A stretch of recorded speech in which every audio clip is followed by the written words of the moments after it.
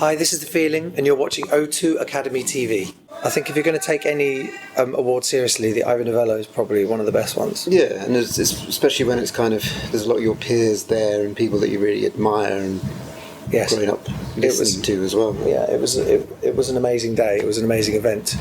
But then if you get a lot of radio play, that means that you have a career as well, and it means that you have a real audience out there, which in some ways is more important than kind of critical acclaim for us. Is the idea that there are people out there who want to hear us and want to listen to us, and try not to take awards too seriously. No. Yeah, the most recent album is a little bit more electronic, I suppose, but we've been gradually moving in that direction. Over the years anyway, because we started off without any synthesizers.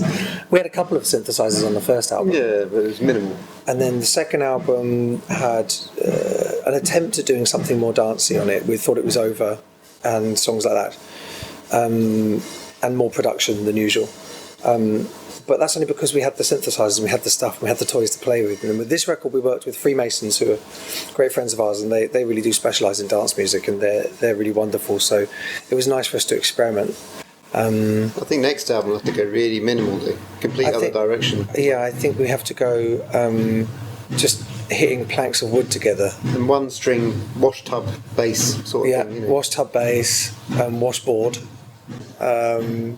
Yeah, we don't really think about it. We just go in whichever direction we feel like going at the time, and whatever kind of music we fancy doing at the time is what we do, and we never think about it.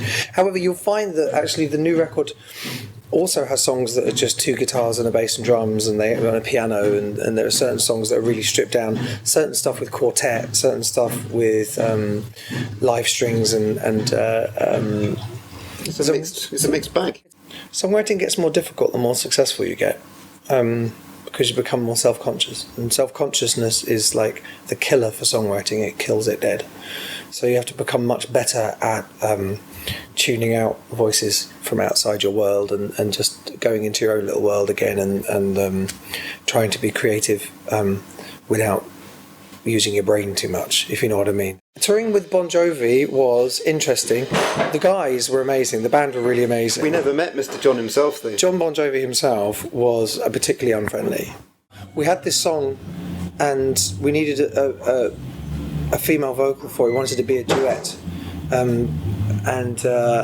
She was just the first person that came to mind, not just because she's married to Richard, but because the song had the synthy feel to it, and it had a quite sophisticated feel to it, and she just seemed like the ultimate person for it immediately, didn't she? Tonally, she's got exactly the right sort of voice. It's quite husky and just sat really nicely in the track as soon as we recorded it, actually. So she did it at her house. Richard has a studio in his house, and Sophie just went in there, and we all sat down, and she came and sang it, and it was very relaxed. It was really, really lovely. We had some other really good duets on the record as well. We've got Roisin Murphy sings with us, and she is amazing as well. Bonkers, completely mad. Bonkers, great to work with. She came to the pub where we have a recording studio in a pub, and she came down there and spent a day with us singing, and she's just bloody fantastic.